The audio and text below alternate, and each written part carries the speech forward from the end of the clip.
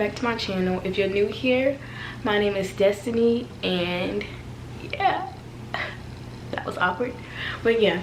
So I just wanted to come back and reintroduce myself. Like I said, my name is Destiny and I am a junior, okay, technically a senior by credits. As of this semester, I'm technically a senior, but I'm not graduating until the juniors graduate in May 2022. But yeah, I'm studying biology with a minor in biotechnology at the University of North Carolina at Charlotte. And yes, I did previously transfer from North Carolina A&T State University. So I just want to touch on that. So the reason, I don't think I've stated the reason I transferred. I'm not sure.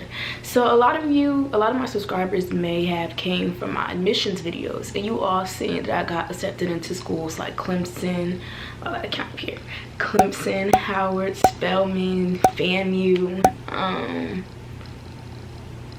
wherever else I got accepted into, and you know, I landed at North Carolina A&T. So what happened with that is, so don't you know how normally people would visit and tour the colleges that they are interested in going to? Well, I knew better into asking my mom to, like, if we could go tour these other colleges out of state, because my main goal was to go to school out of state. I did not want to be in school at North Carolina. Personally, to me, like, the schools that stand out here are Duke, I'm gonna count up here, Duke, Chapel Hill, Wake Forest, I guess, and A&T. Those are like to me, those are like the schools that stand out for me.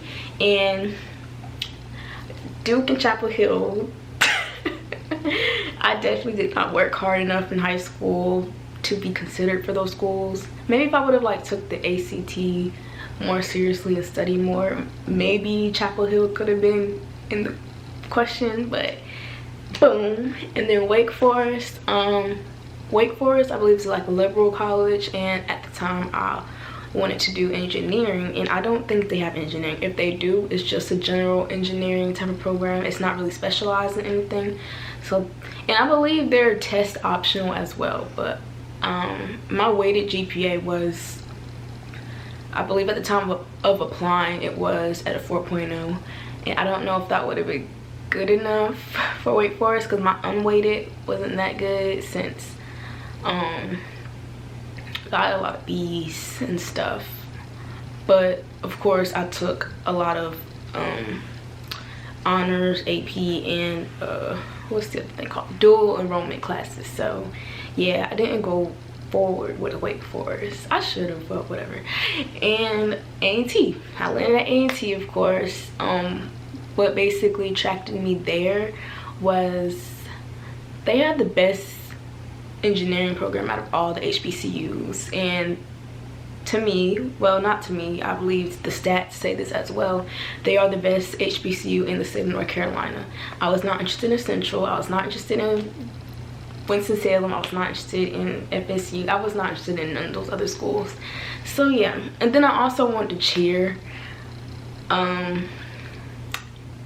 A&T's cheer team is not really like my personal fave. I think we're all on the same page that we love Winston's cheer team, but yeah, I didn't even apply to Winston. And yeah, so like I said, so let me backpedal. So in high school, I didn't have a top school neither. I believe I stated this in my admissions videos as well. I never had like a top 3, top 5, nothing like that. So yeah, like of course I had to pick a school at the end of the day, but yeah, I never had like a top 5 or anything. And I did want to go to school out of state. Like I was considering, at one point I was like fully committed to going to Howard, but I believe that's when they had all that extra stuff going on, and I didn't want to go to a school where they didn't have it together. Like I know all schools aren't like perfect, but it was just coincidental that all that was going on during the time that I had to choose where I wanted to go to school. And that was pretty much a big mistake on my hand. I feel like I would have loved Howard. I regret to this day not going. So yeah. Slap me for being stupid. But yeah, so Howard was definitely one. FAMU, I didn't really know much about FAMU. I never really considered FAMU until I did meet someone at my high school that did go to FAMU.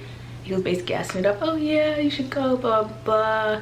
And he was supposed to put me on in a scholarship, but I forgot what happened with that. But I definitely did want to visit FAMU before, you know, committing, but they're all the way in Florida, and yeah, I knew better than to ask my mom, hey, can we go to Florida for a day to visit? So yeah, my mom, one of the type of moms like, we don't got it like that to be spending all these big bucks to visit all these other schools out of state. So if we were to visit, I definitely had to be like wanting to go there.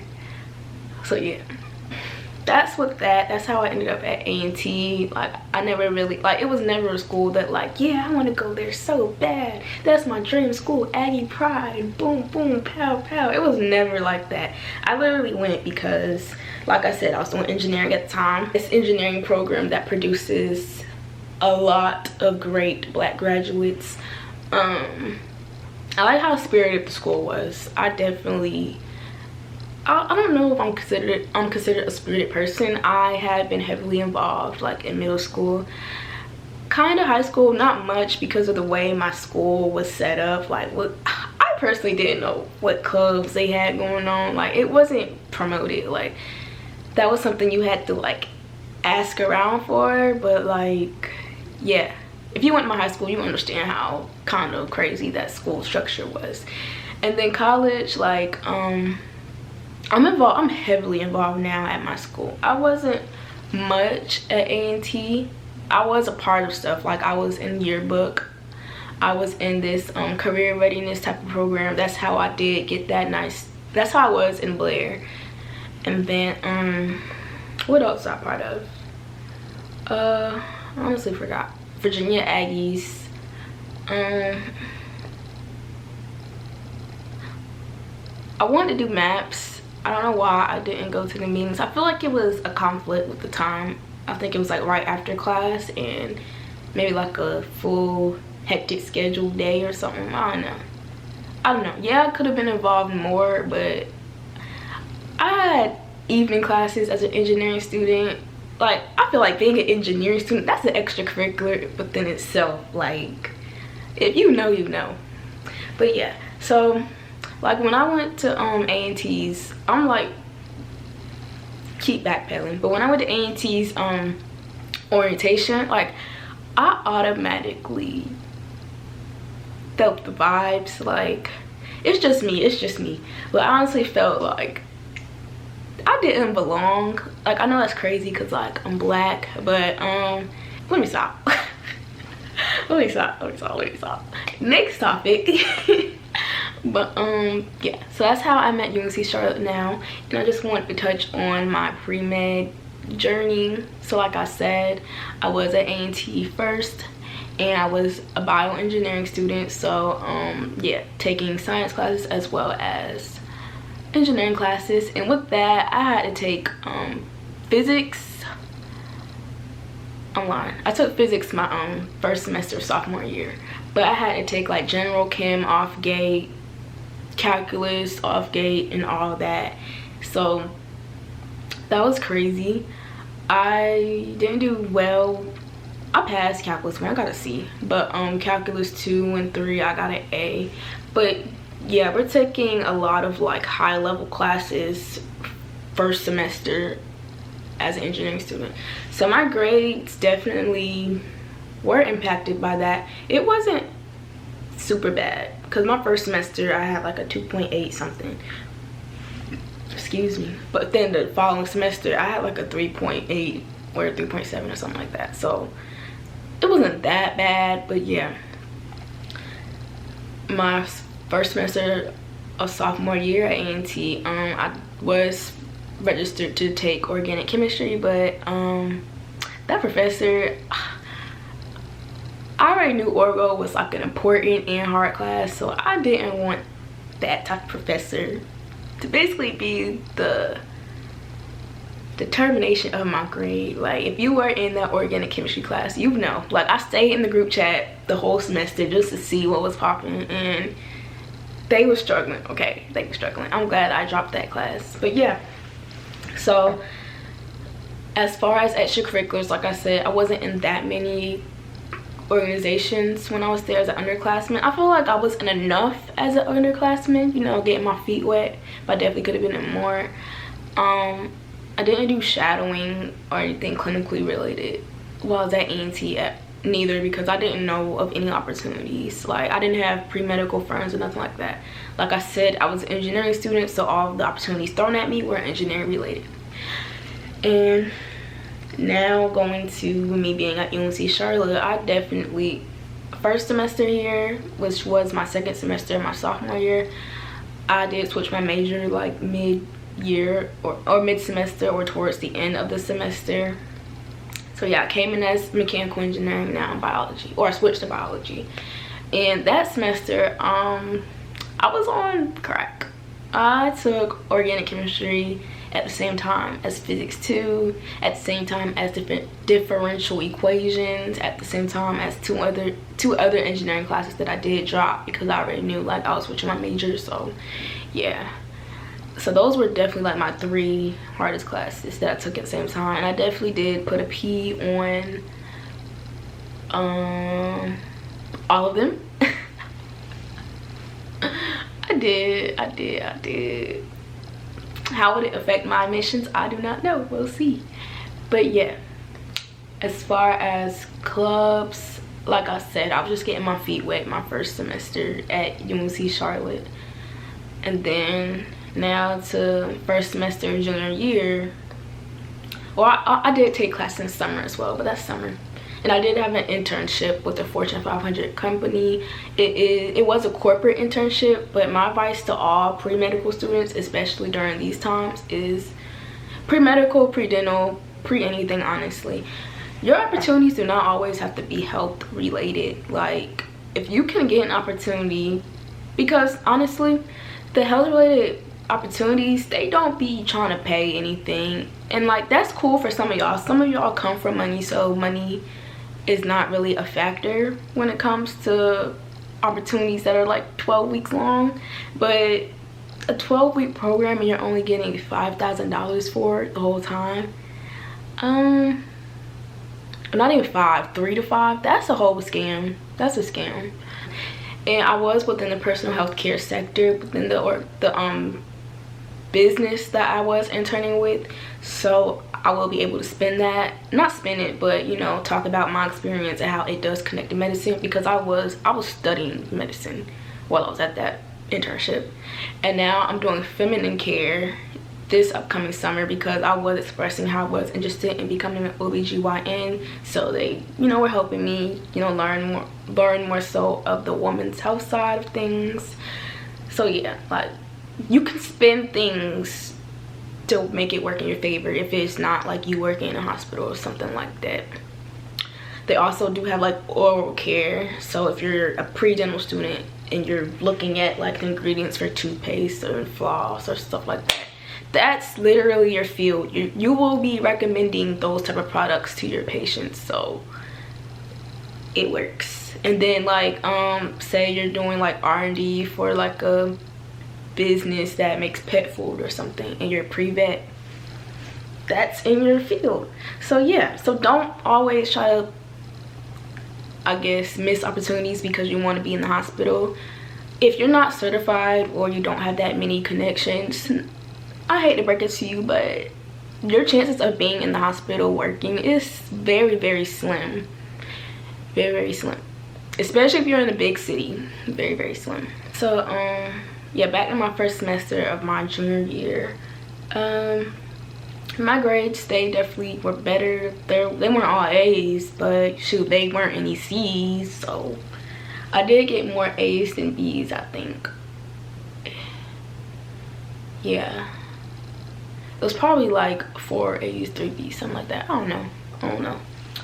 But yeah, like, honestly, another tip to you pre-medical, pre-health students is like, if you aren't getting like all A's, like, and you're still not getting C's or nothing like that, you're still doing a great job. You're still doing better than most students overall. Like, don't feel like you're dumb, you're not doing so good or whatever because these pre-med requirements are like, oh, you must have a 3.9, blah blah blah. Like,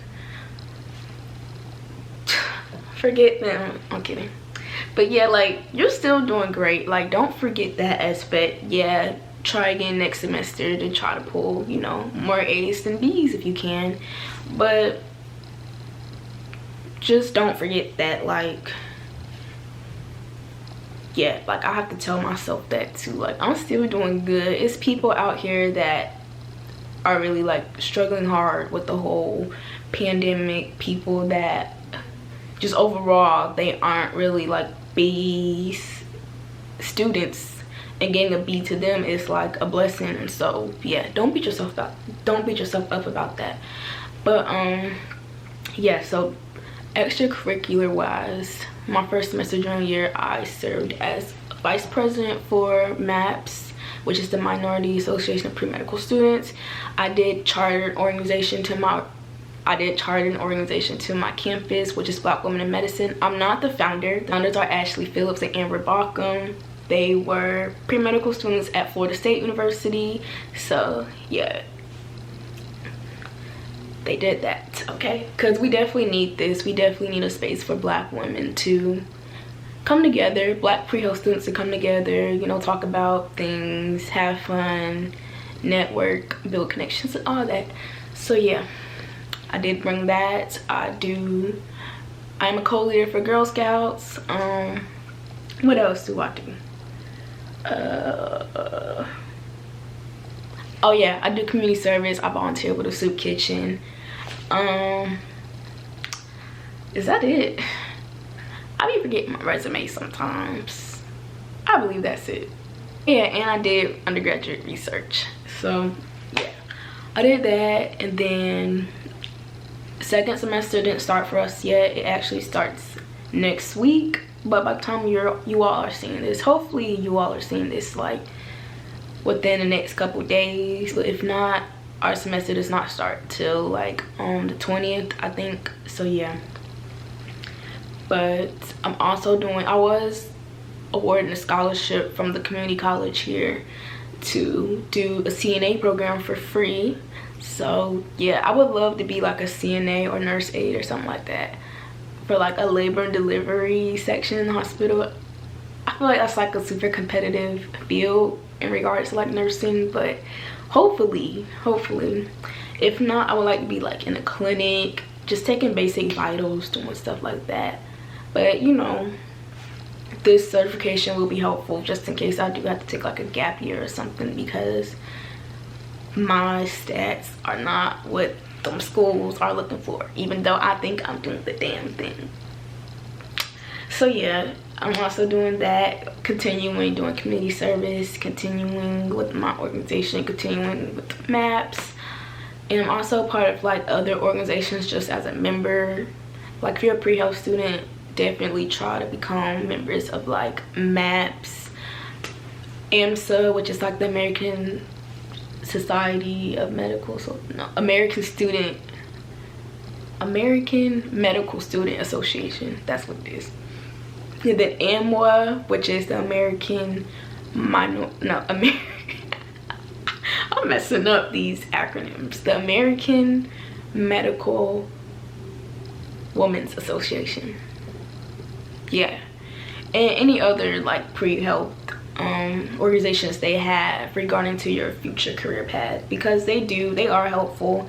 You are able to attend events where you're listening to admissions officers speak on their programs, and then of course you can connect with them, speak with them further at a different time, and they can get to know you through that as well. Because I was able to speak with admissions officer for one medical school, and I liked the vibe we had. Like, if it wasn't for him, I would have still applied to the medical school, but I'm definitely looking at it more now. So yeah. And then what else? Yeah, joining organizations like that will allow you to meet other pre-health students as well. But don't just join these organizations just for a resume builder. I go to a PWI, so I be seeing a lot of privileged folks doing stuff like that. They just doing things just to add on to their resume, just to add on to the AMCA's, I think that's how you say it, application. Like, don't be one of them, especially when it comes to community service. Another tip I have for you all, when it comes to community service, don't be doing community service with like 5 different organizations. Definitely find like 2 or 3 and just be consistent with them. Make sure that their mission aligns with your values. Don't be, you know, serving for underserved populations if you don't really care about Black people, homeless people, displaced people, stuff like that. Like, that is so phony. That is so phony. But yeah, like, just find an organization that fits your values, that you will actually enjoy doing work with, and you can accumulate a lot of hours through that, and do honestly meet a lot of cool people. And yeah, and also medical schools, they like that as well. They would rather see, you know, you being consistent with 2 or 3 organizations versus you volunteering like twice with 5 different organizations. But yeah, I also dig an iPad. I feel like some professional when you be watching these medical students, their YouTube videos, they be having iPads, and I'm just like, dang. But yeah, my boyfriend got me an iPad for my birthday, so I'm pro, baby. I'm pro. But yeah, so that's basically my journey as of now. I am currently studying for the MCAT as well. I do have Kaplan books. I would show you guys, but they're kind of heavy. And I don't feel like getting up. But I do have the Kaplan content review books. I am aiming to take my test in June or July, hopefully June, because I do have an internship, like I said, and they're not sure if we'll be virtual or on the site, so I would rather take the test here rather than like trying to take it there in a city that I'm not familiar with. So yeah, so I'm trying to take the test before I do report to duty. And yeah, we'll see how that goes. I have faith in myself. Studying for the MCAT is a strict, not strict, but a very hard process that you do have to be, the word is on the tip of my tongue. You have to be serious about. You definitely can't slack. But I feel like one thing about me, I suck at studying. I never really had to growing up. Like, I was identified as like a gifted student, so if you were like actually identified, it's the difference between being gifted and being an overachiever. Overachievers, of course, you work for your grades, but us gifted students, we didn't have to do all that. But of course, being in college, that's kind of like kicking our ass. Like, we never had to study a day in our life, and now we kind of do, because you have a lot of information being thrown at us at once, and it's hard. Of course, it's hard to just retain that without studying.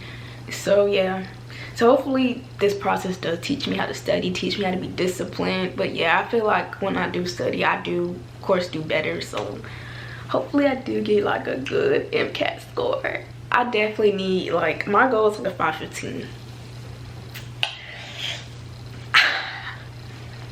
A 515, that's my goal. I feel like I'll definitely be like secure if I got a 515. A 528, that would be bomb, but like, I'm good with a 515, okay?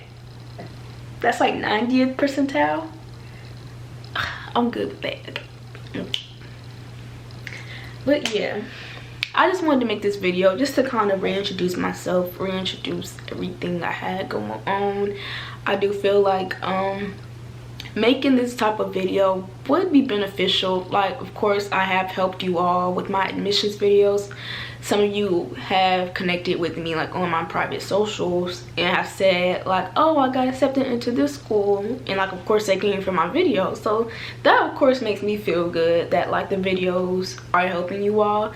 So kind of doing that again, not really, it's not admissions related, it's more so my life related.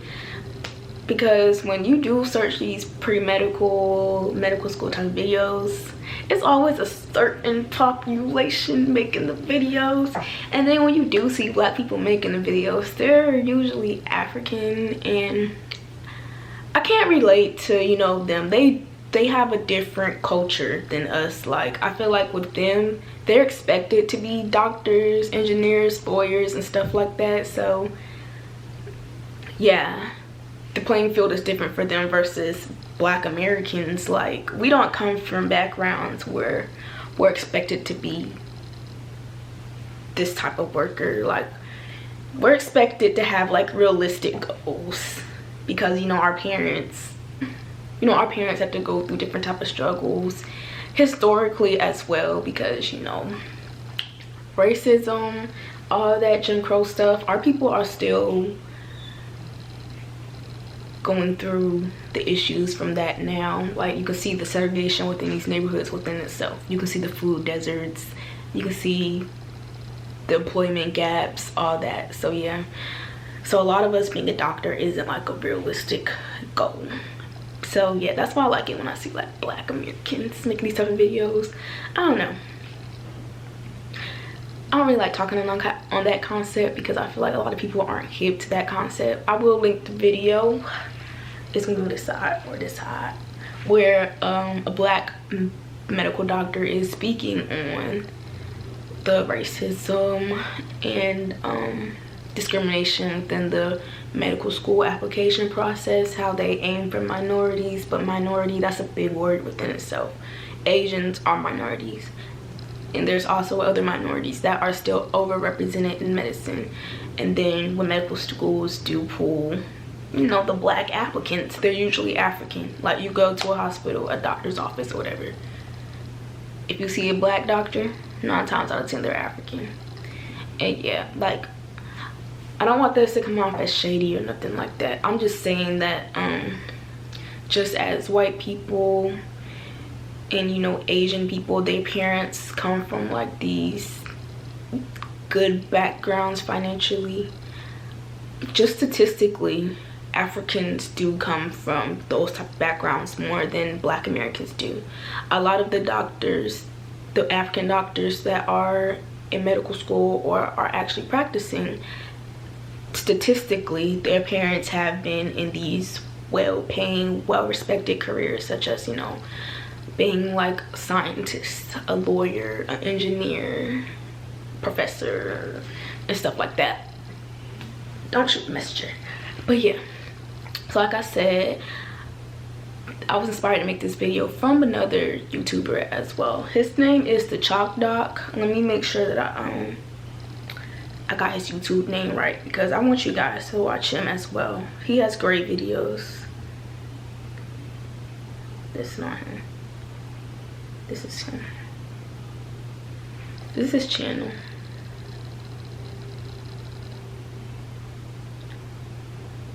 So definitely tap in to him. He is a medical student at Rutgers. He did get accepted into Duke as well, but he said bye Duke and went to the Ruck because they did give him a full scholarship.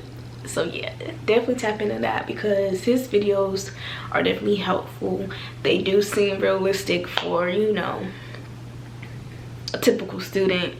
Like, it's, I don't know how to explain it. It just does seem realistic, especially for black pre-medical students. Like, it feels encouraging to watch his videos rather than overwhelmed. He didn't share his scores with us as well, so don't watch his videos trying to compare yourself to him. Watch his videos for help. Watch his videos to get his tips. Watch his videos to just keep up with what he's doing. But yeah, like I said, I want to make this type of video to just reintroduce myself. I do want to make more videos. I do want to make videos that can help people that are like me that want to go into medicine. So I just want to share my journey with you all. And yeah, that's all I got for now. Yeah, like I said, if you're new here, definitely subscribe, like, comment, share what your plans are, share where you are in your pre-med journey. And if you already are in medical school, share where you go, share how you like it, share how your opinions are with COVID going on. Share anything. Let's have a conversation. But yeah, thank you all for watching. If you want, you can follow my socials and put it right here. But yeah, I'll talk to you guys later.